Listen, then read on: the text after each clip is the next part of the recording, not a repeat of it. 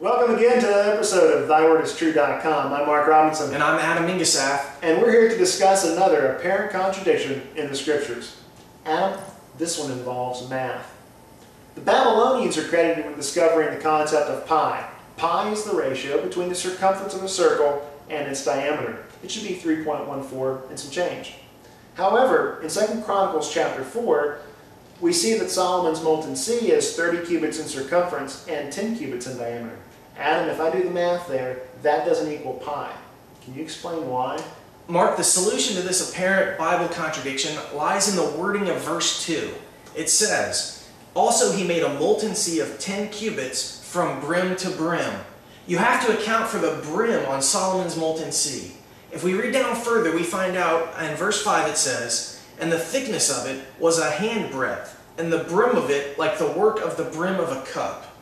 Mark, take for example this dish that I brought with me today. If we were to perform the same measurements and calculations on this dish that they performed on Solomon's molten sea, we wouldn't end up with a ratio of pi either.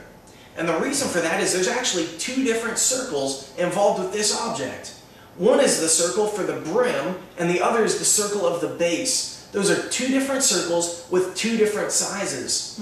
And Solomon's molten sea is similar, and so when they measured the diameter, they were taking the diameter of the larger circle and the circumference of the smaller circle.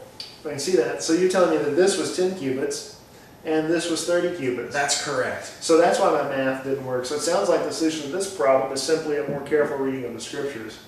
Any final thoughts? If you have a contradiction that you'd like to see solved, go ahead and post it on our website at www.ThyWordIsTrue.com. And while you're on the website, check out Dr. Bo's book, The Book of Bible Problems. Do you recommend this book? Mark, this is a great book. It has over 100 different apparent contradictions and their solutions. It's $12 and includes free shipping. Until next time, seek ye out the book of the Lord and read.